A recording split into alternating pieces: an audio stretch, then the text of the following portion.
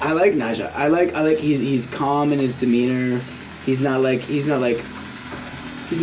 overly robust in his like. He could be a hell of a lot cockier for how good he is. Not to mention, I gotta show you something real quick. So he's got this new company called what, Disorder or something like that. He bit my shit. Do you know that? No. Dude, he bit my shit, bro. Oh yeah. He straight bit me. I've been doing Disorder for 20 years now, right? You know what I mean? But that's the idea. And I want to talk to Naja about this. Like, where'd you get that? Because that's the symbol of chaos. Yeah. And disorder, right? And I like that. Like, that's on that symbol. This symbol is on all of his boards, right? I mean, it's the arrow is pointing in all directions, and let's get rid of that. To understand the arrows pointing in all directions is like that's the idea of chaos or disorder and like the nature. So for me, what this meant, I don't know what it means to Naja, but for me, this is like the Big Bang, like all of the universe banging out and moving in all directions, and then like all the crazy that happens after there.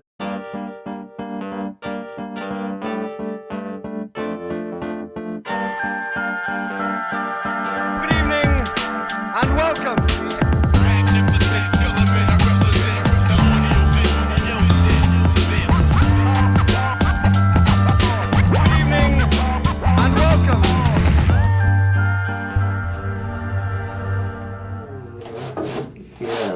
Holy shit. Right salad here. Yeah, it did. It just lit up. Yeah. Hey, Mish, are we on tape right now? Are we keeping on the overhead lights? He's like, I don't want to tell you because it's just gonna ruin the vibe. No, it's all good. Yo, I'm just happy you made it, bro. Happy you're here. I'm happy to be here. You know? It's yeah, like you're my brother. You're absolutely my brother. Machia is absolutely my fucking brother. And I can't imagine life without brothers like you guys. Yeah, the feeling's mutual. That's straight up, dude. The feeling's mutual, my Fuck, dude. man. You know this? We're all going through this thing with like this. Oh, God, what the fuck is this? This and life shit. This life and shit. then life shit. And then we got a couple of people around us, you know. Yeah. You know, I'm actually super proud of you guys for like, you know, I don't know what to say. Motivating yourselves to make, you know, this thing happen, because it's like, you know, you wake up every day. It's like, what could I do today or tomorrow? And it's like, well, fuck, I could just sleep, but I could also like invite my friend over and have a podcast about shooting the shit, right? And that's way more important than just... I mean, our whole thing, the way it all came together, I'm sure I've probably touched on this before, but it's basically like we know we have a lot of epic friends and like a lot of people who have a story to tell. And so like most of the content, like sure, I'm here and I fucking ramble and whatever, but like a lot of the content comes from those interpersonal relationships with people who like... You know, like friends like you, you're not dying to just tell everyone your story. No, I'm fucking like I would be like I would rather be like, just leave me alone, you know. Like, but I know that you'll also be comfortable to sit down and just chop it up. Well, because you're my family. Exactly. And yeah. And I said to you, I was like I don't really know like how to go about preparing myself for it. And you're like, dude, just talk to me. Yeah. You've known me for. What? I thought about it, like, I was like, how long have I known this motherfucker for? And it's like, 25 years. 25 years. And we've had so many amazing and amazingly stupid conversations and probably just like really bad interactions with people or things that like we regret doing or we don't regret doing. Some like things we could have done without. Well, hey, let me get going on this little intro here. I'm gonna welcome everyone back to Golden Hour. It's episode 18, and we have a very special, one-of-a-kind guest, one of my best friends in the whole world, someone who inspired me to even, really since the beginning of starting to skate, when I was first really getting after it and rap, going to metal shows. Without further ado, welcome to Golden Hour, Just Sullivan. Just doing my best, pals. Hey, welcome. Hi, hey, man. Welcome. Yeah. I don't even know what to talk about with you. You know, we're just... You're the chief here, pal. So. Hey. You know, well, so basically what we always do is we show up with very little planned. We have a couple of stories, couple ideas. We're just going to chop it up. Yeah. That's it. Chop it up. Put it into pieces. You know, straight up. As always, I want to encourage everyone, if you aren't subscribed, we'd appreciate that. If you don't want to, I get it. It is really hard. Come on, look at it. It's pretty hard to click. My conversation with Trav is going to be the best thing you ever heard. Ever. Yeah. I'm pretty sure. Yeah, and if not, it'll be the best Golden Hour episode 18 ever. Yeah, and the best 18 Golden Hour ever. Yep. So yeah, shit, I guess we could start, you know, and it's always kind of weird when you want to like I want to share your story, our story, and it's always that fine line, right, of like, how is it authentic? Because like, I know a lot of what you're gonna say, but for the people who don't know, why don't you, you know, tell them a little bit about you coming up and, you know, where you're from and all that shit. All right, yeah, okay, that makes sense. Man, I was born in Pittsfield, Massachusetts, and you know, my mom was just like low, you know. She was having a hard time, and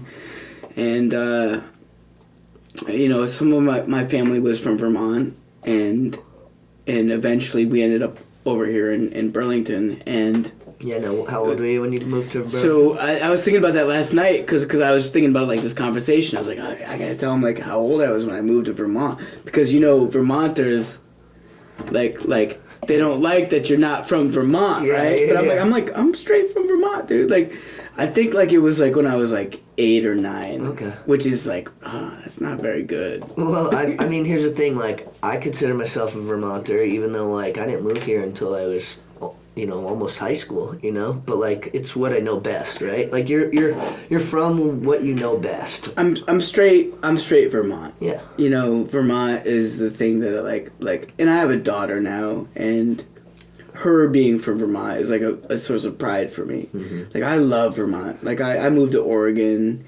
I've, you know, traveled around a little bit, and like Vermont has been like the coolest, dopest place that I can imagine. That's why you always come back. And Burlington. So I was thinking about this, and it's like I was thinking about like when I moved to Burlington when I was 8 or 9 years old. Mm-hmm. That would have been 92, 93, something like that. Like the town was tiny, right? There was nothing going on. Nobody here. There was nothing happening in Vermont that was, well, as far as I know, because I was just a kid, right? Yeah. It wasn't on the map, so to speak. And then so I'm just moving from Massachusetts, Pittsfield, Mass, to Burlington, Vermont. And it's just you, your brother Luke, and your mom. Me and Luke and my mom, who met my dad, Kevin, who you know, who's like the coolest dude ever. Straight up, like the G, right? Shout out Cheryl, Kevin. Cheryl and Kevin, like, they're doing some good stuff. We were there for Thanksgiving the other day. It was bee's knees.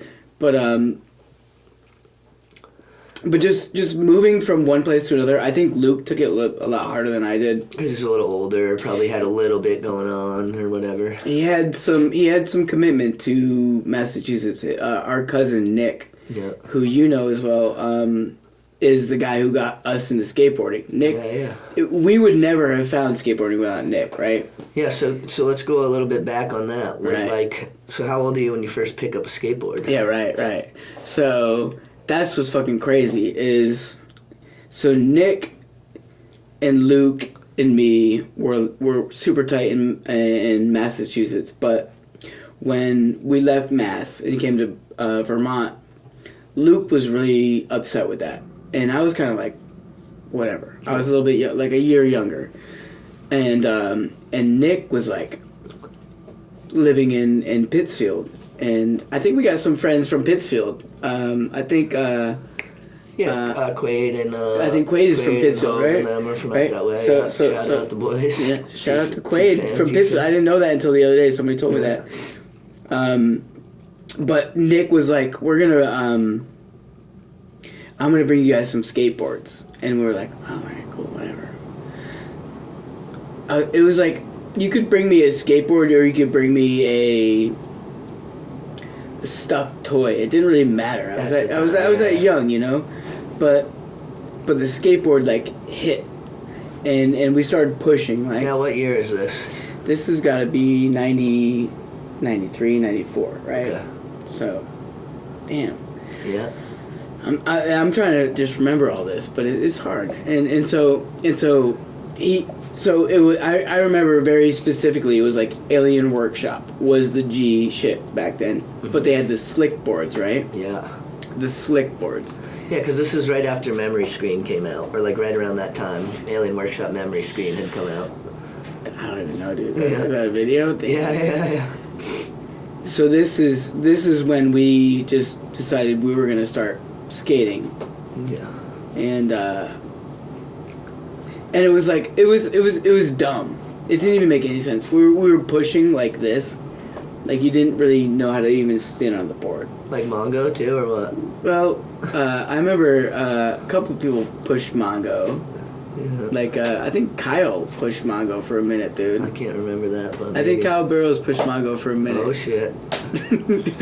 I'm sorry. Sorry, KB. If I'm wrong, my bad. He's like, no, that was switch. But I know John Campanelli pushed Mongo, and I taught him how to like not push Mongo. But no, I mean just pushing, like just learning to push on a skateboard was like super cool. Well, because it's not.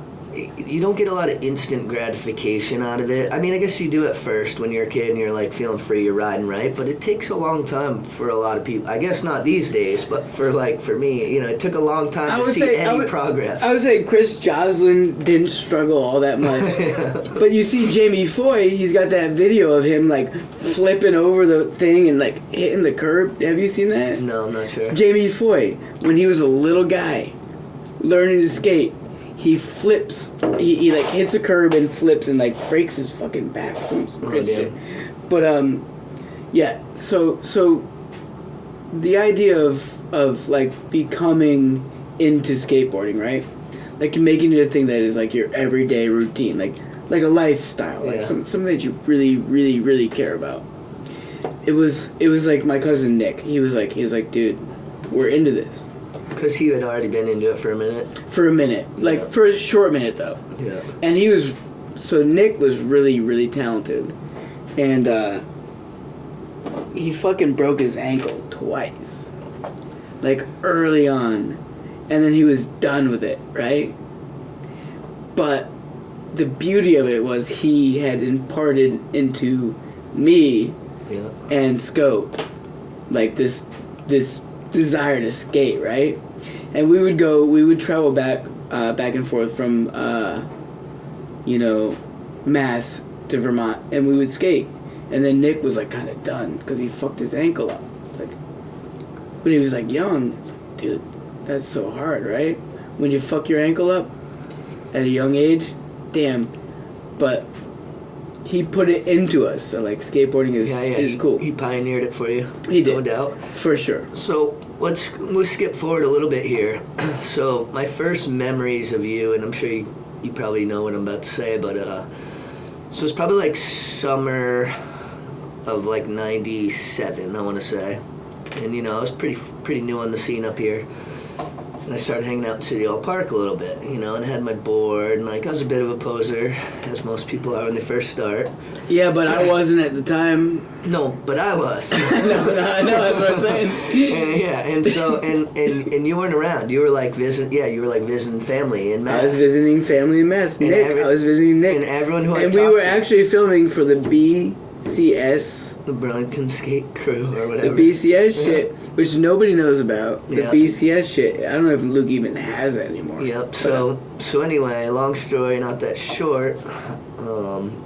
Yeah, everyone keeps telling me, they're like, yo, there's this Shorty. You remind us so much of Shorty. Because now, mind you, when I was 14 and you were 15, we looked like we were about fucking 9 and 10. Yeah, and you were short then too, but now like you're like 6 feet tall, and I kind of kept the short thing going on, but tapered off. But so anyway, it was probably like a week or two where I was at the park every day. You know, it's summer, there's no school, and everyone, like all your friends. The park? You mean City Hall Park? Yeah, City Hall. And all your friends at the time. Because you weren't at the skate park. No, there was no skate park. Because there wasn't a skate park. No, there was no skate park. We didn't have that shit. But I'm meeting all your people, like all your homies, you know? I know. And they're all like, yo, like you and Justin are going to be best friends, like, Sully or Shorty. You and Shorty. And so, remember there was the payphones in City Hall Park. And one day, I'm like, come down or whatever, and Tim Nemec, shout out Timmy, was on the phone with you. And he's telling you that your girlfriend cheated on you. Yeah. And so... we're talking about you. No, sweet girl. That's fucked up. I wasn't going to throw you under the bus. Hey, I love you. You're the best human being in the world. Anyway, shout out.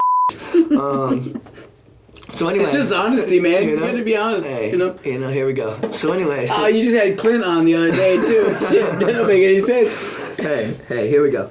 Right. So anyway, so they put me on the phone with you. This is actually fucking hilarious. All right.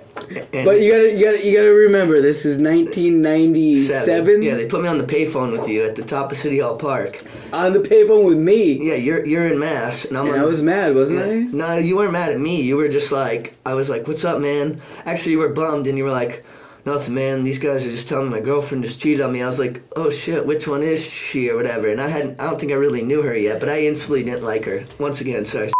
But then you're like, yo, so everyone says like we're gonna be bros, and I'm like, yeah, whenever you come up here. So then you came up. I met you a week or two later, and yeah, we just literally started kicking it, and it was just like instant. You know what I mean?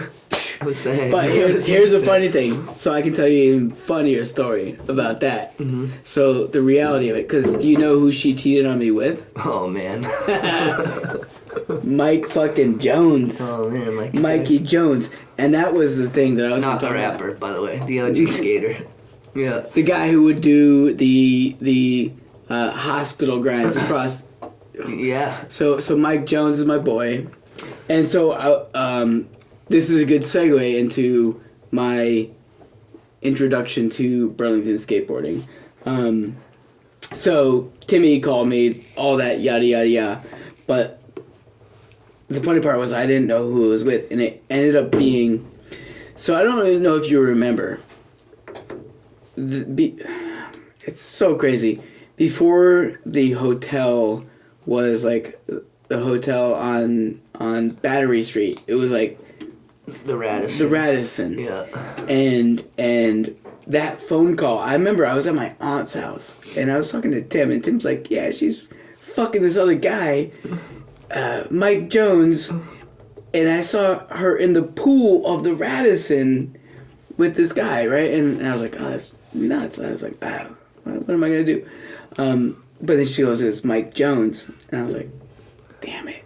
Because Mike Jones was one of the first dudes I saw. Yeah, he was a nasty skater at the time. Skating in Burlington at the time. Because it was like him, Tommy Sizemore, Petra. Right, okay, so you're taking the words out of my mouth. You're literally taking everything away from what I was bringing to the table. So no, it's good. Thank you. Because it was Petra, Tommy, but more than that, like I think my first experience with Burlington skateboarding was like I was in middle school and I was on a trip with like an outing club where we do bicycling and rock climbing and that kind of thing. Mm-hmm. And I remember going down, and this was before the Echo Center even existed. Oh, yeah, like before any of those buildings were ever there. And there was like down on the waterfront where there was like the circle, there was like this curb cut. Yeah. That was dope. And I remember popping all these off of that thing. Like it was the spot. Nowadays kids are looking at it. I remember going. It's not a spot. It's not there anymore. It's way long gone. Yeah. But I remember like being like, and there was I think, and I could be wrong, but I think it was probably Darren and Ethan Endorf and maybe Poncho. they were popping off of the curb because it was a curb cut, and it was just perfect. Yeah. Where you could get like a nice ollie over like a garbage can or something if you put it there, and the police would be pissed off. You know, because you put the garbage can right near the thing. But it was. I remember just like as like a 10 or 12-year-old, just seeing these guys just like popping off this curb cut, and I remember later on like just popping knowledge off that fucking thing. Yeah. But like I was like, I don't know who these guys are, and But that was your first, like, seeing some dudes that were really, that was like, the official first. around That was here. the first. The second was I went back to the same place a couple years later, and I saw Tommy Sizemore skating by himself. Tommy, he was all alone by himself. Headphones. I don't know if he had headphones at the time because I don't know if they even existed. Well, he probably had his Walkman. and so Tommy he always had a headset. pallet like a wood pallet set up, Mm-hmm. and he was not skating with anybody. He didn't have a filmer. He didn't have anybody. He was just doing it for the love of the fucking sport. And I just remember him doing a tray. Like, I didn't even know what a tray flip was at the time. Neither did he. But he was like, Neither did he, and he was doing it, right? Because we talked about that. Like, Tommy didn't know what tray flips were until long after he was doing tray flips. He was oblivious. He was by himself. But he was There was tray nobody flipping. there. There was nobody filming him. He was. But for these kids, can you imagine tray flipping and you don't even know what it's called? Tray flip manual That was Tommy. out Yeah. and in, and so that was like, dude, this is crazy. And so Luke and I had these like boards that we got from Nick, our cousin in Massachusetts, and we're like, we're gonna get into this. Yeah. Why the fuck are we gonna get into this? Well, we're gonna get into this Because it looks cool. because it's super cool. It's super fucking rad. Mm-hmm. And in the same fucking place. Oh my god. Do you have questions? Because Yeah. No, I could spin it back. So for people who don't know, so Justin's brother Luke Sullivan and I made Piece of Time, which came out in 2004, but we started filming around 2003, early 2003. But, we never had, like, a plan to make a video at first. It was just, he and I just, we pick up the camera, whatever, I mean, like, some big names are Colin, well, yeah, Abear, and what it did was it kind of motivated people because when you can start seeing, your clips add up and then potentially into a part. But you and I shared the little homies part with Benny Chain in that. right. And so what's beautiful, what I want to talk about is like the preface to that, right? Like, how did we get to that point where Luke and Travis were the guys that were like setting up the potential for all these other kids to come up and do the awesome shit they were doing on skateboards, and so that's meaningful in the sense that like me being there and watching these guys like hit that bump, which I hit the bump like 100 times. Like I did a couple of, I didn't ever care about getting footy, you know what I mean? But like Luke and you eventually became very infatuated with the idea of documenting other people's. I mean, Shaun and Dave and Colin and Cody and just Vermont skateboarding in general. I mean, and that was after Ethan Endorf and Poncho. I think a lot of Tino Razzo. I think a lot of that stemmed from, honestly, so I went to the Shred the Rad premiere. Shout out Teo and Seth Neary, but I went to the Shred the Rad premiere, and I was seeing that, like, the kids I was hanging out with were doing shit on the level at least, and, like, I knew some of the kids in Shred the Rad, and I was, like, I wouldn't say I was involved, but I was, I was there for some of the sessions or whatever. I've been looking for that name for, like, a week, Teo. Yeah, Teo. Shout out to Teo. Yeah. And so, Teo, I love you, brother. So for me, I was kind of like, I could do this.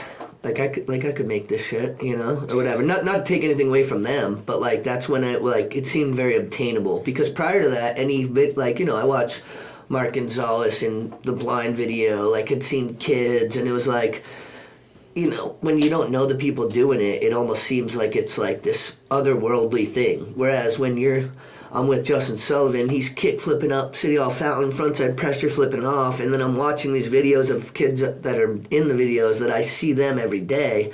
I'm like, well, I got the team. You know, I got the homie's got the talent. Well, that's what's so important of it is the love of the thing, and like, dude, I haven't been able to like properly jump on a skateboard for a number of years now, but I love that shit, right? Yeah, you know about the parts before I did. Like I look at. I mean, I'm almost bored of it a little bit because everything is like Carlos Ribeiro. You look at like it's too good.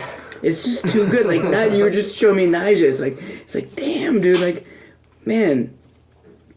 And I think something we need to talk about is like how much of like it was important to us as like culture. It was like it meant something to us, like, because like I would wake up in the morning and the first thing that I knew that I had to do was like figure out where my skateboard was. And if I didn't have a skateboard because my shit was broken or like my trucks were like fucked up or whatever, it was like I needed to figure out how to get a new one. And we went through a whole period of time where it was like we're having fun with this, but like skateboarding for us, it was like, life. Like, I mean, it's life. It was just life. It was just purely life, and it still is. Like I want to tomorrow to walk out of my house and be like, throw down my board and roll down the road, and the last time I did that, I broke a fucking rib, right? And well, to that same point, I'll say, so it's like, it reminds me of this time, not too long ago, maybe 5-ish years ago, that a homegirl of mine was like, hey, my buddy's coming in from out of town, like, no, it must have been 10 years ago. My buddy's coming in from out of town, can he go skate with y'all, like he skates? And so I'm like, I mean, I guess, yeah, like, give me his number. So I'm texting with the dude, and I'm like, what's up, man? Where you at? And he's like, oh, I'm on the corner of such and such street. So, you know, I got Marshall, I got the boys in the whip. Is it like a young kid or something like that? No, I mean, he's like about our age. But anyway, I don't know him. It was Monet. What up, Monet? It was her friend from out of town. So I'm like, all right, buddy, like, I'll meet you on the corner of such and such street. And as we're pulling up, I see some kid just sitting there like a fucking cornball with a longboard. And so I call him, and he answers the phone, and I'm looking at him, and they're all like, Trav, what the fuck? And now, to your point, I don't hate on longboard and whatever makes you happy. Are you saying the longboard is the wrong board, dude, or what? I'm saying, whatever makes you happy. But the moral of my story is this. Like, we're going to skate the courthouse. Like, what's longboarder, bro, gonna be, like, you know? Like, so I hit up homegirl, and I go, yo. I go, is your friend a fucking longboarder? And she goes, yeah, is that different? I go, yeah, it's completely different. Well, they said longboard. It's like fruit booting longboarders. We have a different way of seeing things. Well, right? not only that, it's just like, you know, my friends, a lot of the younger kids, they weren't having it. So they're like, go, drive by. Let's talk about the golden age. So we did pick up homie, is what I'm getting at. Let's get back to the golden age, right? Yeah, I mean, because it's like, I mean, like, our boy Big John, you know, from his skate shop over on Pearl Street there. Right, huh? He's a longboarder, right? You know, but he's also a promoter of skateboarding, like, and he loves it. And I don't want people to take it the wrong way. I do. I'm longboards are the wrong boards, motherfuckers. I'm not anti. No, but actually, these guys that are like sliding down, going 70 miles an hour. The older you get to, you realize it's like whatever makes you happy is awesome. That being said, did you see Milton Martinez? Yeah. So hold on, right quick before we get off track. Am I getting too? So whatever makes you happy, I feel like it's important for me to say that. I support anyone doing anything. You could be literally anything that's not harmful to others or whatever. But we're on the way to the courthouse, and I'm with my friends who are at this point, like, you know, sponsored skaters who are, we're going on a filming mish. Like, there's no way in hell they're letting me scoop up the random longboarder kid to come on the session. It's not like we're going. What if he did something that was like mind blowing? What if he did like a no comply, like picked up his board, You, did a manual you clearly across. didn't see homie standing on Well, the the side. courthouse is like this, right? I mean, just saying. But if he had, like, just manualed across. They still wouldn't have been down. But anyway, regardless. So yeah, let's go back a little bit. Am I fucking this up, man? No, you're all good. You're all good. So let's go back a second. So, not too long after I met you, you would come and you'd stay at my house. I was living out in Heinsberg. It was maybe within that first year. And allegedly at the time, there were some mind-altering substances that we were getting into. What? And we had, allegedly... I plead the fifth. Yeah, exactly. We had been doing a lot of, let's say, finding ourselves. Yeah. We were finding I ourselves. remember that. Yeah. And I don't remember it very well, but I remember it. Yeah, and you and I had countless sessions where we would get on a different level and just go skate. And, like, it'd just be you. Remember there's a little grocery store across the street from my house Oh, there? yeah, I remember that very well. And that was, like, when I started getting You a little allegedly better. had, like, a 3-tier bong that was, like, sitting there. Yeah.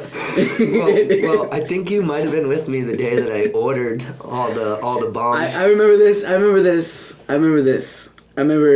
you saying, "I'm happy you're here," and you're like, "Look at my giant bong," and I was like, "I don't know what to do with this," and it was like this bubbly bong thing, I'm and pretty sure you were smoking weed with my family before I was. well, your brother was selling me cigarettes, Jared, and they were all surprised that I was the age I was because I looked young at the time, and Okay, hold up. Pull up that picture right about now of you and I standing there on Church Street. Right there. We'll put that in right now with the Mighty Machia scales. Boom. I always All right. looked young as shit, Alright. you know, and yeah, I remember that day very vividly, and that was in Heinsberg, you said, right? Yeah. And I'll never forget that day because we took some, I think was it LSD or? Sounds about right. All right, so are we allowed to do that? We can do whatever we want. It doesn't Statute of fucking matter. limitations is Yeah, up. we took some fucking. I haven't done that shit in We 20 took some years. tabs, and we got. But the thing was, we were like, I was like 17 or Yeah. 18, and you were like. You were 16 and I was 15. Yeah, and we're tripping, right? And Trav's like, we gotta. So I think the point we're trying to get to is like We grew up quick. the The bond was there. The bond was there. well, just the old bond that we have Yeah. as friends. Like we go back, right? Yeah, and so- and everybody's got to understand, like, hey, you can be my boy, you can be his boy, and you can like when we get out into the world, like now. You can't get in between this. Yeah, they don't quite understand. It's been a weathered history, so to speak. No, but it's the dopest. But I history. remember you were like, there was this one Friday, and a little backstory for people who don't know, since we're clearly no holds barred here. Yeah, I don't care. So like every other Friday, you would come to my school and take care of my client, so to speak, and then the following I'd go to BHS. All right, well, we're going back to like that 50-50 I did though on the ledge outside. Damn, you're jumping ahead, well, man. that's what I do here, and I'm the fucking host of the show, so I can do whatever the hell I want. So in Heinsberg, I did a 50-50. It was a grocery store. Yeah, on the up. And we were spun, and this was our first. I think this was our first like really super one-on-one times. like, because everybody thought Trav was the next shorty, this type of thing, and it was like no, like. Well, it's funny too because I was like always into hip hop, and you were always like a hardcore metal kid. So like you'd be like, yo, there's a show at Club Toast, like we're going to Club Toast. And I'd be like, all right, you know, because, like, I just want to hang out with you and the homies, right? But, like, it wasn't sort of my cup of tea, but you'd be, like, learning me on the shit. You'd be like, yo, this is why this is dope. And I was thinking about that today because we were at Higher Ground the other day, and it was Kill Switch Engage, and you were like, that shit was dope, dude. And I was like, it's the vehicle of expression, right? It's we're all trying to make a point, right?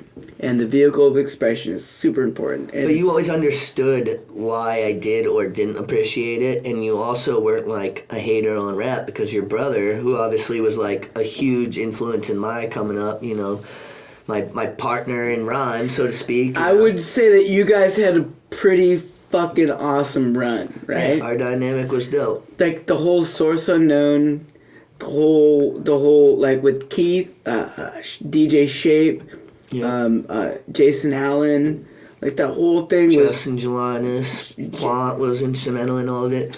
But the thing with Luke and I that was funny is like, you know, Luke was like a little more, I wouldn't say mellow, but you know, for me, I was more of a mouthy fucker. Like, I'd battle kids. Like, we go to a party and kids wanted to, like, rap. And Luke was more on some, like, witty, you know, whatever. And at that time, I was, like, I was on my fucking... I was on my Wu-Tang Mob Deep shit. I just went and saw him in San Francisco, like, a couple weeks ago. Yeah, just recently got married, right? Yeah, and I'm like, he's a bitch. No, I disagree. Shout out, Scope, Luke. You know, we did... No, I'm only kidding. We did a lot of shows. But he's more settled into life, right? Yeah, well, he's more... When I say he's a bitch, that's me being funny about... Immature in his own ways. That's me being happy that he's, like... Responsible. Settled in to life. You know, it's like he's no longer desiring to be like this like hip hop artist, and he's no longer thinking that like he's got to be up there with like Slug and Sage Francis and Buck 65 and Josh Martinez, all of who are people who during our run that we shared stages open up stages with us. That's what I'm saying, and all those people are amazing. But Luke is like at this point where he's, you're not a bitch, Luke. I love you to death. I agree. But you know when you're young like that and you have that stage and you have that kind of like what you guys were doing, because I was like over here, right, like drinking beer and skateboarding, and you guys were like, we're gonna the thing that made the thing, even though you and I initially were tighter, the thing that made Luke and I so thick was that we were both into rap, we were both into hip hop, and then as like the whole, you know, making skate videos and all that came together, it was like it was easy. It only made sense. And like we always still kicked it, but you know, it's like we'd kick it when we were skating, or we'd kick, you know, whatever, or when we were getting fucked up or whatever. It seemed weird to me because I was like on this other side, right? And like, so I wonder if like Luke being like on this hip hop tip, and cause I think it was like you and I were like homies first, and then like you and Luke kind of like ran with it because like the hip hop thing was like super important, and then like I was over here with like Kieran and Willie the metal shit. And Dave. Well, not even metal, but like punk rock or like in metal for sure.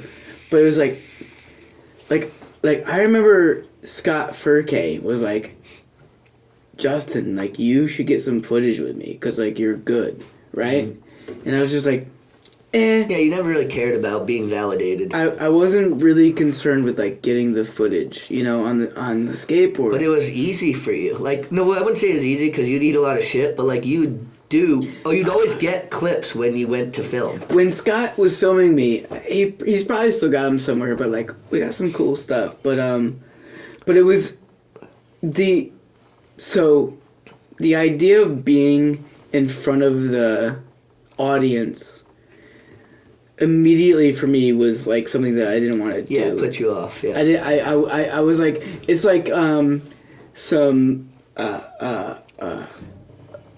Penny shit. Yeah, you know what I mean? Like, you were happy to just be the underground. You know, like Tom Penny. Like, like I don't want to be in the forefront of the vision. You know, and everyone was. But naturally, you were because you were talented and because you had this unique approach to it. Like the first time I saw you skate, you were wearing. Probably size 38 Jankos, and you had purple hair and a chain wallet, and you were fucking kick flipping up the fountain in City Hall Park with the water still in it and doing like pressure flip off, and like even this was clearly before anyone had cell phones or anything, but even if anyone tried to film you, you're like, what, you didn't get that? Well, like I'm not doing it again type shit, you know? Like, I didn't care. I skated with my buddy Manuel, and you know,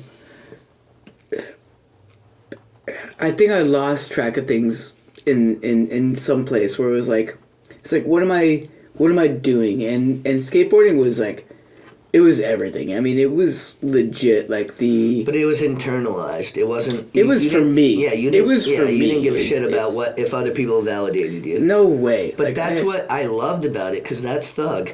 Like, that to me is the thuggest shit ever, you know? And to the point of, like, hanging out with you or if Luke. you can document it, and if you can put it on the page, I mean, because, so I was like, so I was in between, like, the pages, right?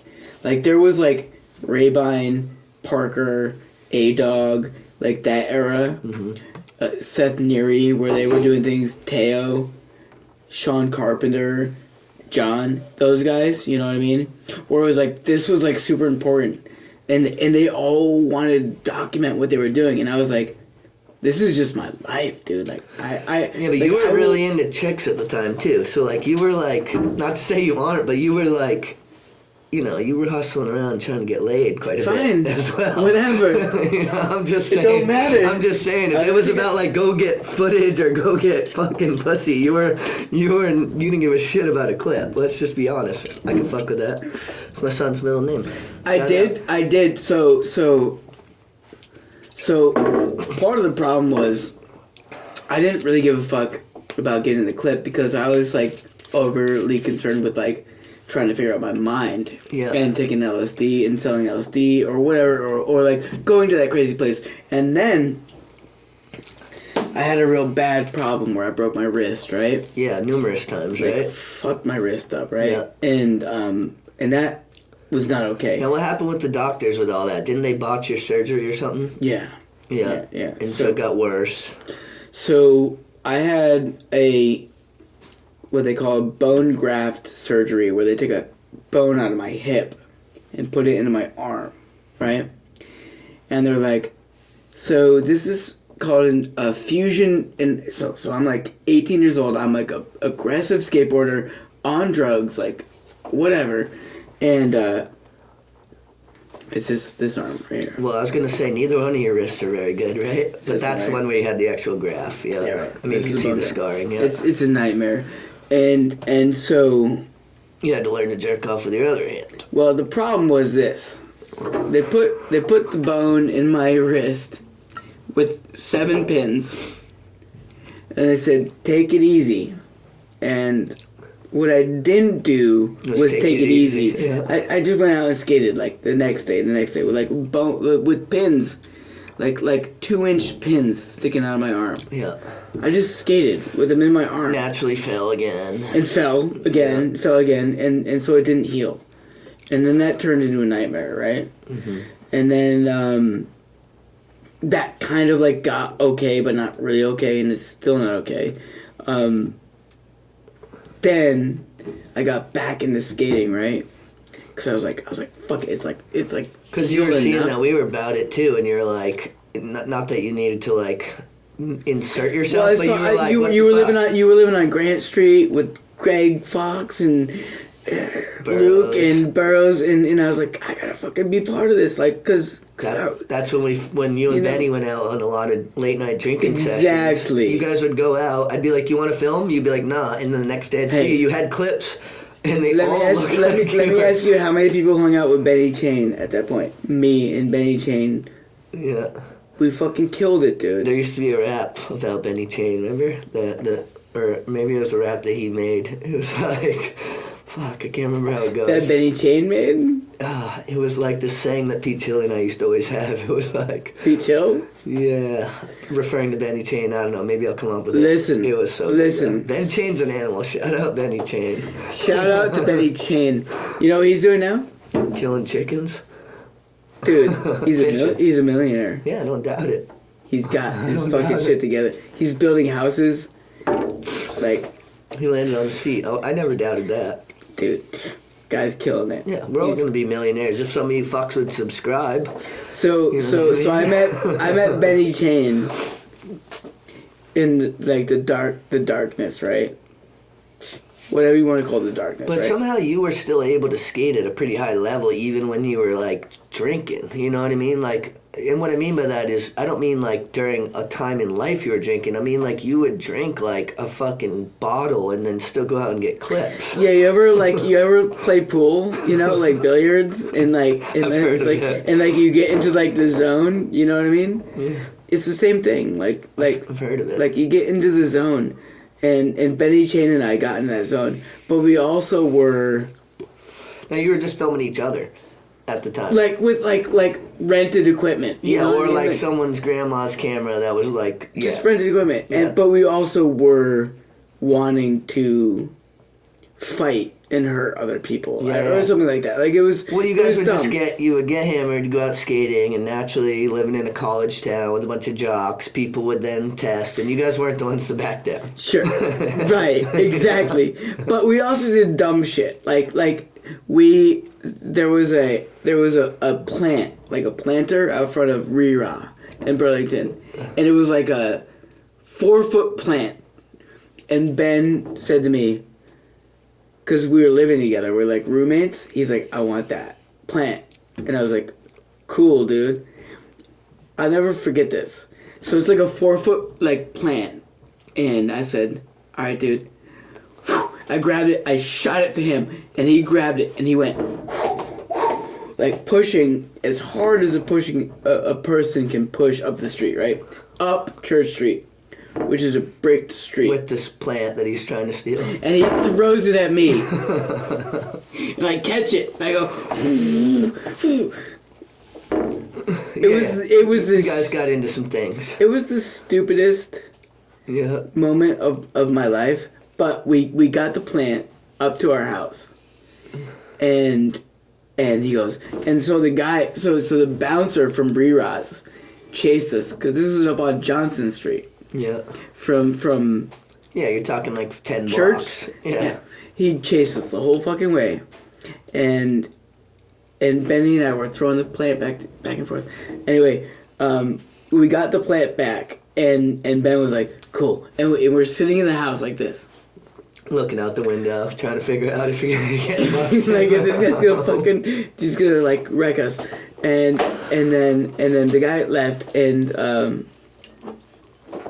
it was so dumb. Anyway, speaking of stupid shit, this is a pretty funny story that I think people might get a kick out of. It's just so dumb. Like, I'm just trying to tell a dumb story. But do you remember a time that we went to a frat party? We were probably like 16, 17, and we got kicked out because we weren't like college kids or whatever. And so we came up with this great idea to go back and steal one of their kegs because they had numerous kegs.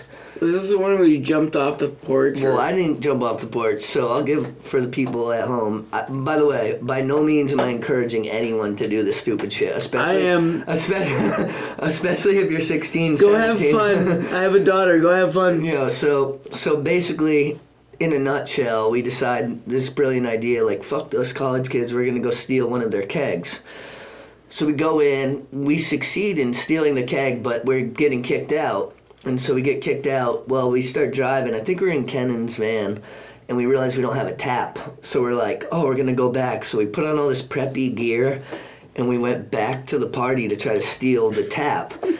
And so as they're, like, recognizing one of us, like, oh, well, didn't we kick you out? The tap fell. I think it was either Dave Portnow or it was someone. The tap fell out.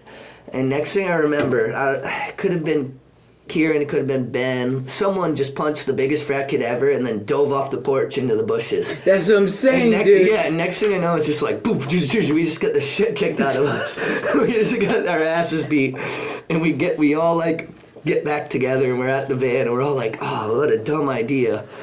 And then Kieran's like, No, I have got the cat. I have a memory from the same era of like us going up to, this is in Burlington, of you going up to like whatever street it is, Blair Street or Blanche Street, and you just hitting somebody in the head with a can of beer, like, and it was just Yeah, I mean, shit would happen. we- No. You're talking about the Loomis Street brawl where someone jumped their friend Steve, and then 8 of us went into the house, and we had an all-out brawl with the... No, that's not what I'm talking about. Okay, anyway. So, speaking of the golden era, as we like to call it here on the golden hour, golden era. We should get back to... Yeah. So there was a certain point where you started coming to festivals with my family and I, and we'd go to like the reggae fest and all that. And, like I grew up a little different, but you'd be like, yo, I need a new board. And I'm like, well, come to the reggae festival with me and the family. Like, we're going to sell some weed. We're going to make some money. And I remember, like, showing you how to divvy up an ounce and going out. And you came right back so excited. You were like, I sold it all. Here we go. Let's get some more. And yeah, that was like, I'm not sure how relevant that is to this conversation. No, it's good. It's good because we got to talk about how far back we go. Yeah. And it's weird because you don't like that. Just right there is like triggers something for me. Yeah. Oh shit. And how much we've been through it. Well, not that we've been through, but we value the reasons of why we continue to stick together after what we've been through, right? And so, like, that was fucking nuts. Like, I remember we weren't allowed, like, a certain amount of, like, alcohol in the trunks of the cars. This is Reggae Fest 1998. Yeah. Alright, so that's... 25 years ago. 24 years. Dumb. It's dumb and it's beautiful. It's dumb and it's beautiful, and I don't... Like, I want to shout out right now. I want to shout out everybody that needs to be shout out, right? Shout out yourself. I want to shout out Machia. Yep, that's your camera right there. I want to shout out SK right now. Yep. Okay. There's a lot of them. I want to shout out Andy Williams. Whizzle. I want to shout out Luke Sullivan. Yeah, someone who deserves a lot of credit in a lot of my things. I even to this day, I was a whack rapper, and like Luke showed me a lot about just writing and like. You guys had fucking fun with it, and you did it. Yeah, there was. I want to shout out Luke Sullivan. I want to shout out Nasty and Conflict. You were telling me you had watched the episode. Shout out Nasty, Conflict. I want to shout out Mike Plant, dude. I mean, for real. So I want to shout out Keith Shape. Like, really? Yeah. Honestly. Let's talk about. I'm just trying to talk about people that like have like in my world have like made me feel like, damn, those motherfuckers are like. There are a ton of people, and we're definitely gonna get to all the official shout outs. But I want to talk about kind of this other funny moment in life, if you will, when we would impersonate each other at each other's schools or whatever. And I remember there was one time, I believe you had either been arrested or you were being investigated or something for some shit, and I was at your school. I was in a lot of trouble, dude. And I was at your school, and they came in to, like, grab up you. But you was me. And so they were like, Mr. Sullivan, you're coming with us. They had, like, searched your locker or something like that. Yeah, so... And then on the flip side, because you would, because we went to different schools, you would come to my school, but you would I'd be like, here's the plan, and you'd go to all the lunches, and you'd flirt with the girls or whatever. And I remember the teacher... Can I smoke a cigarette in here, dude? No, definitely not. You can hit this. And the teacher said, or the principal comes up to you, right? And the principal goes... somehow knew you by name, but didn't know you didn't go to that school. And goes, Justin, what class are you supposed to be in? And you go, I have lunch. And she was like, weren't you just at first lunch? I got a lot of stories about my expulsion from high school, and it was not fun. It was not a good idea. It was not something that I was happy or proud of. All right. Well, on a brighter note, so these days you're a chef, right? Yeah. You're a chef, and you work up at the college, That's right. right? And you're, you're in a supervisory role Sure. of sorts. Yeah. So Yeah, I am the Lord of the. Oh, please elaborate. Well, because everyone that works underneath me is. Okay, like as in like mentally or just they're not capable? Mentally. Like they're fucking Oh, people. you know.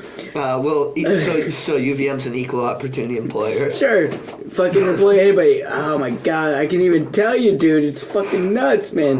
So what are you talking? Like how incapable? Like completely and entirely incapable of holding that. Like it's weird that people are able to be put in the positions that they're put in. Like you see them with a knife and you're just like, what? I'm like as they walk behind me, I'm like, dude, I hope you don't fucking kill me, right? I mean, like, no joke, dude. Like, I'm not kidding. Like, Wait, so now, speaking of knives, and we're bouncing all around because that's what we do here at Golden Hour. Speaking of knives, you were stabbed at one point. yeah. Yeah, and I'm so glad you're okay. But yeah, you care to break down kind of how that happened? Because there are developments in that whole story which bring it full circle with a workplace environment, correct? No, it wasn't in the workplace. I know, but later on... Oh, yeah, okay, I see what you're saying. I get what you're... So, this dork, fucking was mad about something. So if anybody knows April Tebow... What up, April? We shout out April Tebow. We were at a party, and I just remember this. I remember that somebody was being really violent towards somebody else. A man being violent towards a woman. Now, that's a difficult conversation to have nowadays. Yeah, because what's the nuts and bolts of it?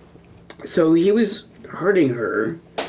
And I said stop, and he fucking stabbed me in the stomach, man, like twice. Like I got proof of it, but Yeah, so you're trying to break up a fight. The dude who was perpetuating the violence turns, stabs you twice. Yeah, he goes, I'm fucking spun. He goes, I'm fucking tripping or something, and I go, that's not an excuse. Yeah. And he went upstairs to his house, and he's with another guy who I've seen recently. They're still trying to put it on me, man. So he just came downstairs and just stabbed you? No. Oh. No. Oh. I fucking put him up against the wall. Oh, okay, you grabbed him up. I fucking put him against the wall. Okay. I fucking hit him like this. And he just pulled out a knife and stabbed you? Leatherman. With a Leatherman? A Leatherman. So now, years later, you're working at a different place. Yeah, so I'm down at the wherever, yeah. breakwaters, and the guy's mopping the floor. Good. So the guy who stabbed you is now your coworker? Well, I didn't know it at the time, but okay. like Mike McKinney hired him, and I said, "Hey man, it's cool, it's all good." I go, "What's your name?" You know, shake his hand, that kind of thing. And he goes like this. Like he remembered, but you didn't remember? You're right. Yeah. Right. He knew that, but the thing was, he knew you always remember the first person. He knew what I remember. Like he fucking stabbed me, dude. Like, I was in the hospital. I'm glad you can laugh about it now, but yeah. I was in the hospital for 5 days, but whatever. And I said to him, I was like, hey, what's your name, man? He goes, my name's Travis. I go, oh, okay, cool. His name was Travis. Fuck. His name was Travis. Yeah, it wasn't me. Just for anyone who might be confused in the story, I have never stabbed him. You just stabbed me, dude. It was on you. I mean, emotionally maybe, but never physically. And I just said, hey, man, just mop the floor, man. It's cool. Now, are you his boss in some type of capacity? Yes. All like right. I'm absolutely his superior. Yeah. Like and then I looked at him. I was like, I fucking know this. And this was 10 years later. Yeah. And I had developed a certain level of forgiveness, right? At this point, I was like, you're an extremely forgiving person. But Yeah. When I saw this motherfucker, Blood boiled a little bit. I was like, dude, I'm gonna take a paring knife. I'm gonna get mine. I'm gonna take a paring knife. Yeah, those are I'm gonna sharp. fucking give him one of these, right? Yeah. Like the one he gave me. And but I didn't do that. And so I Yeah. called Mike, my buddy Mike McKinney. You know Mike McKinney. Yeah, who was kind of running the whole show. He's the guy who hired the guy. And Mike, here's the funny story. Mike McKinney was the guy who was going to kill the guy when he stabbed me 10 years ago, right? Yeah. This was on Willow Street in Burlington. And Mike was like, I'll fucking kill him. Now fast forward 10 years, he goes, I just need bodies, man. I called him up and I was like, yo, dude, this motherfucker is the dude who stabbed me.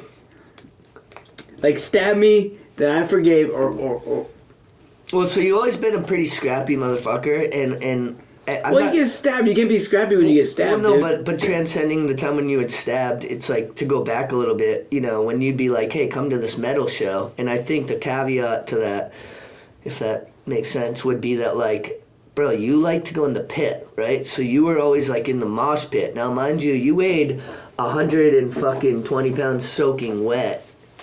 Then. I'm like 90 pounds. Yeah, you know what I mean? And so, like, anytime I'd go out with you, like, let's just call a spade, like, you'd get the shit kicked out of you. You'd have, like, a broken nose.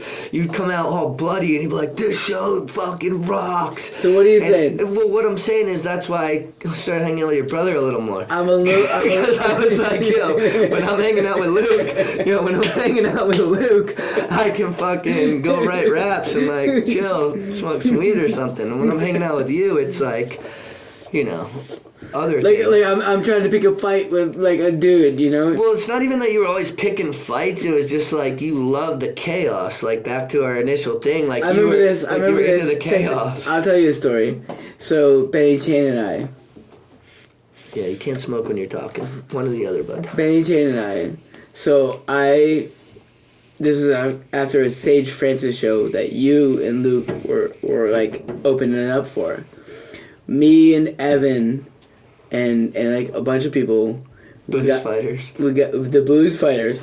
Aaron Petra for sure. R.I.P. Petra. We got in a fight outside of the show. So I don't even know why I'm talking about this shit. But so I ran. So Benny Chain was like getting beat up by like 3 college kids, right? And I did this. I ran up like this. And I did a jump kick, right? Two-footed. I a 2-footed like Ric Flair, fucking Ultimate Warrior, all day, like fucking 2-footed kick, and it deflected off the guy who I was mad at and hit Ben right in the fucking head. Dude. I kicked Ben right in the fucking face. So you were a huge help. And then the dude, so this happened. So then I kick Ben in the face, and Ben gets up. And this dude stands up, and he's 6 feet tall. And I stand up next to him, like this. I'm not even joking, bro. And he goes, what are you gonna do? And he picks me up like a baby, like under the arms. You remember the Church Street bicycle racks that were round? Yeah. Like the round bicycle. He throws me into it. And my hand goes... He mangles my hand. Yeah. So you lost twice. My fingers were... It's this hand. Yeah, see, you can see it. You can see it now. Yeah. My fingers went like this. And I got up and I was like, Ben, what the fuck are we doing? He goes, you good? I go, yeah, I'm good. He wasn't mad that you kicked him in the face. No, because I was trying to protect him. I was trying to protect him. Yeah, you had good intentions. I got another story about Ben breaking 2 of my ribs, dude. All right. So let's pivot here for a quick sec. All right. All right. So now you're leading a more responsible That's life. good. That's good. Now Yeah. you're leading a more responsible life. Now I've become. And so now, so you know, you've had the same job for what, 10, whatever, long ass time, right? And you're a father. Yeah. Yeah, thank you. And you're, so you're a father, right? Beautiful daughter, Bailey, shout out. Beautiful partner, Olivia, you're a gem. And so, I mean, I'm almost afraid to even ask you this question just because I know the way your mind works. But here we go. I do it. But here we go. So what have you learned from these things? And the only reason I'm laughing is because even being one of your very best friends, I have no clue what you're about to say. I have no clue. I haven't learned a damn thing. Oh, stop it. That's not true. Why don't you get thrown into bike racks as frequently these days? You ain't got time? Too busy? I can't get out there anymore. Fair You know, enough. I probably would actually. I make a habit of putting myself in danger's way. I've done it in you know what? You like to poke the bear, so to speak. I'll be straight with you. Like, I wouldn't be surprised if I got mangled in a bike rack tomorrow. Dude. Like, Well, fuck. I'm just being. Maybe don't go near a bike rack But tomorrow. that doesn't take away from the fact that I love just being a dad. Well, and you love people. You're like, you're not a dick. You know what I mean? You have good intentions. So from what you're saying is from like the Betty Chain era to like now, like Yeah, like you don't put yourself in harm's way as often as we did. I think we should pivot. This is what I want to talk about. I want to talk about your unique relationship with A-Bear. And the reason why that came to me, this is, before I sit down with someone, I have these loose ideas, right? And like, I think this will be a positive thing to talk about, even though it's sad Dave's not here anymore. But A-Bear always had this admiration for you because, for one, just because you're charismatic and you guys both had that kind of like loose and wild side to you, right? If you will. Like you both were like not huge in stature, so to speak, but you both were very like passionate humans, right? And I know Dave knew how much like how tight we were or are, Well, and so just real quick, and I'll try to get to the point. And I would love to hear your take on this, but like, Dave always had this like very profound respect for you, and you guys had this bond, and you've expressed to me many times about how you like didn't quite understand why, right? You were like, I don't quite get why. What, I said that about him? No, Or? why he like was so fond of you. Yeah, I didn't ever understand why. But I mean, you could say to this day, like you and Dave had a special connection. Because I was of the era of skateboarders that was particular in like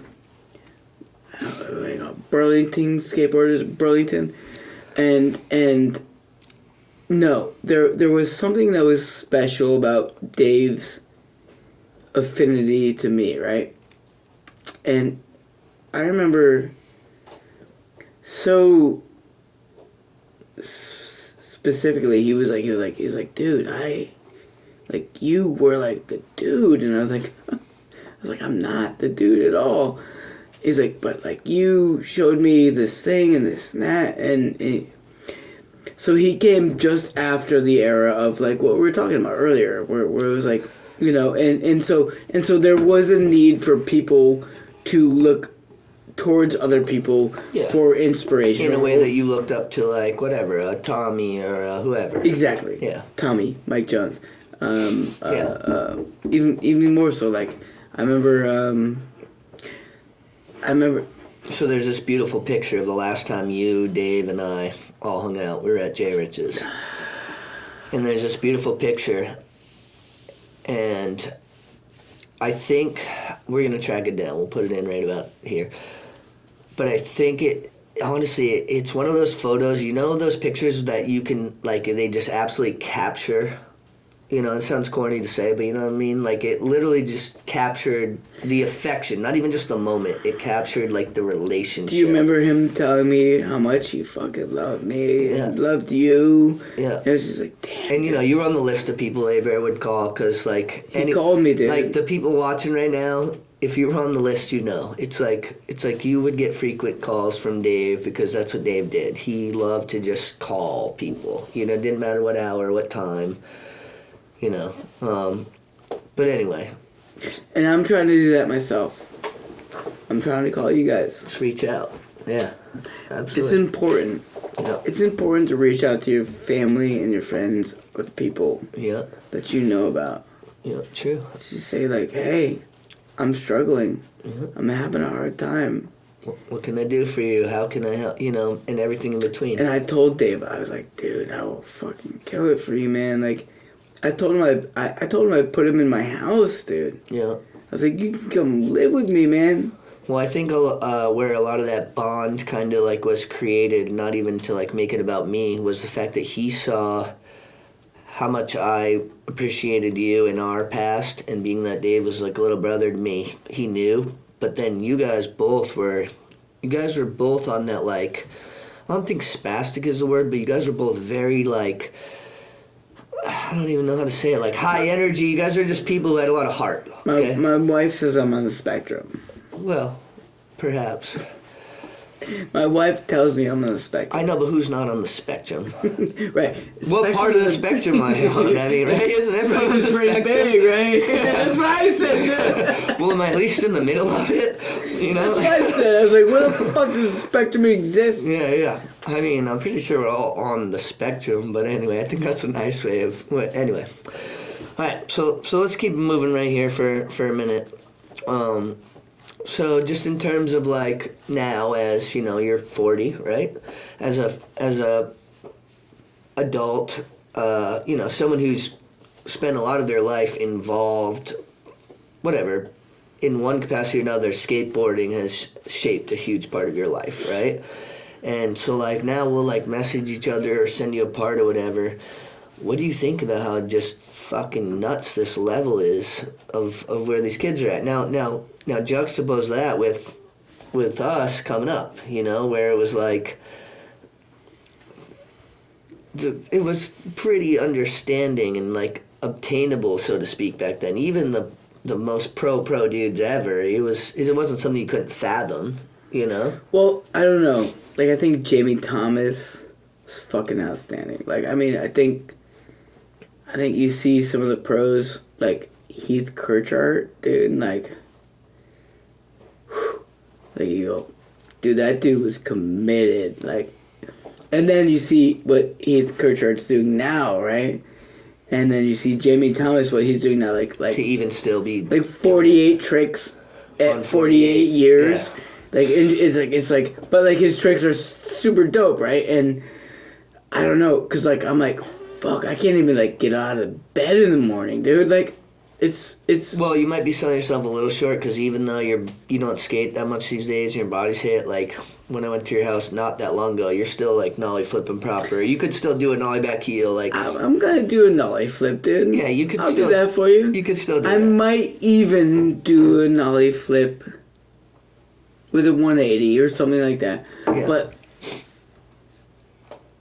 But what gets you psyched with skateboarding these days? Like what? Like, is there any one thing, or is it all?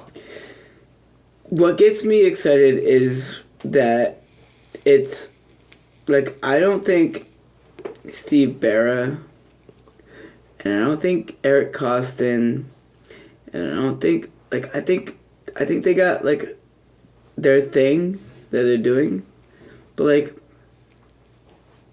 what excites me about skateboarding is just the level of commitment. And it's absolutely insane. What I would say to everyone who wants to pursue a career in skateboarding is like, don't do it. You're right here, that kid. Stop. It's dangerous. Well, you know, and I need to put my 2 cents in. I agree. Also, do it for the right reasons and don't do it expecting it to be that, because even some of the greatest ever never actually made it a lucrative career. But I just see people, like, skateboarding is a lifestyle, right? And that's like, for me, that's what I'm saying. Like, I never cared about filming. It was just more important that I could just, like, tomorrow, if I bomb a hill and just bomb a hill, that's a win.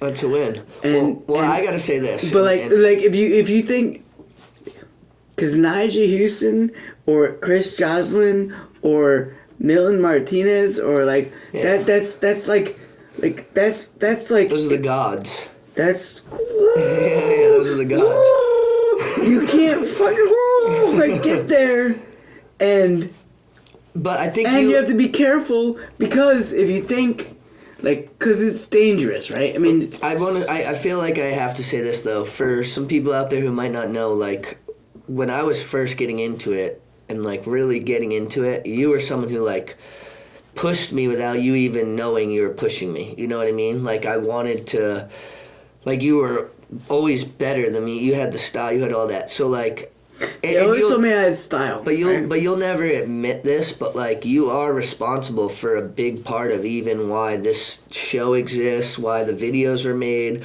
why people like Dave, Cookie, all these people have went pro out of Vermont, because it's roots. You know what I mean? It's roots. And so like, I know I did it, bro. You did. I did it. You did, and so that's all I'm saying is just remember that. I don't deny that. Just remember that. I'm not scared of admitting it, but like, I know that like my shit is so small. But you were part of it and you elevated that shit. That's all I'm saying, bro. Because I loved it, dude. Yeah. It was important. It was important, man. It was like the whole idea of skateboarding was just like I saw us, like, I'm talking about like Mikey Jones, but the whole idea was just skateboarding. Just skate. Well, and so you know it's mad refreshing. So you got someone like Jay Rich. Who I consider Jay Rich a very, very good skater. One of my very best friends. Killing it. And someone who, like, even though he works a full-ass job, just recently got engaged. Congrats, Justin Taylor. So hyped. But what I will say is, people like that who recognize, the layers, if you will, of the inspiration, if nothing else, right? And he's like, oh, well, I came up watching you, but he understands and knows that, like, I was inspired by you, by Tommy, and even being inspired by peers your same age, too, you know what I mean? Because without that, I'm just skating in fucking Lampman's parking lot by myself. Time is like a motherfucker, right? Yeah. And we don't really understand the way time unfolds, works. And so it's like time for me and you, that time that we lived in. We're still living. No, but that time we lived in then was special. It won't ever be understood by the time of the places. Moments in time that can't be reenacted. Piece of time, that's what I think. That's what and that's honestly, I always thought it was a cheesy name, but the reason why I chose that name is because it's what it was. It was a piece of time. It was a piece of time. Yeah. And it will always be a piece of time. Like, I will never do any of the things. Dave, Shaun, fuck. So, dude, fuck. On a similar topic, I gotta pee, dude, so bad right now. So, right quick, before you piss, because we're gonna take a break, you were the first one that I know of to do the run at City Hall. Where you kickflipped the top, and Benny, in piece of time, did the ollie into the slide, right? So I did kickflip. You kickflipped the up top there, and then you little nose stolly on that. So anyway, with that being said, here's this one thing I want to leave in kids' minds. You didn't invent the wheel, okay? I don't care how many fucking likes you got. You were just a crooked spoke adjacent. That's mad true. And I'm going to say this. It's like, it's important for kids to know the history of the things they aspire to be a part of. Because nowadays there's so much validation. Just because you got 1,000 likes on your Instagram post, Shaun Stem did that in 2006 and we didn't even use it, okay? So get off your own dick, okay? Go do the history, watch the people who did that before you, and then that will encourage you to raise the bar. There's a couple of you out there doing it, but if I'm going to keep it 100, you kids aren't raising the bar like the generation before you did. You really aren't, and you have no excuses. You really don't, and that's just me keeping it real. Yeah, so guess what? Your kids are going to talk about him being 40 years old, talking shit. He doesn't know what he's talking about, but guess what? He does. Hey, He's been there. He's done that. hey, you're welcome for all those Spain. You're welcome for those skate parks. You're welcome for those skate parks because we didn't have those. You're welcome though. They must have fallen out of the sky. You know what I mean? They must have fallen out of the sky. There was no rallies. There was no years of us getting our boards taken, getting arrested, getting in fights, beat up. When skateboarding wasn't cool, I know that's hard to imagine for some of these kids. Was it cool? No, it wasn't cool. Is it cool now? I think it's pretty cool. Yeah, it was. Hey, I think it's about time to call this shit a wrap. But this has been a beautiful moment with one of my good friends. Now would be appropriate if there anyone you want to give specific shout outs to. Why don't you look right over there in that beautiful camera? Just want to shout out all the people who I've known through time and space. Most likely, it's been weird. But We still here. And I gotta say this. This has been a one-of-a-kind episode with a one-of-a-kind guest. Golden Hour, episode 18. it ain't gonna make any sense, so You know, fuck it. yeah, get someone who can transcribe, or if you know anybody who speaks the language of the G-Fam. I gotta you can pee. get on that. All right. With that being said, Golden Hour, episode 18. Justin Sullivan. Shout out Shaun, Machia. As always, please subscribe. And we out.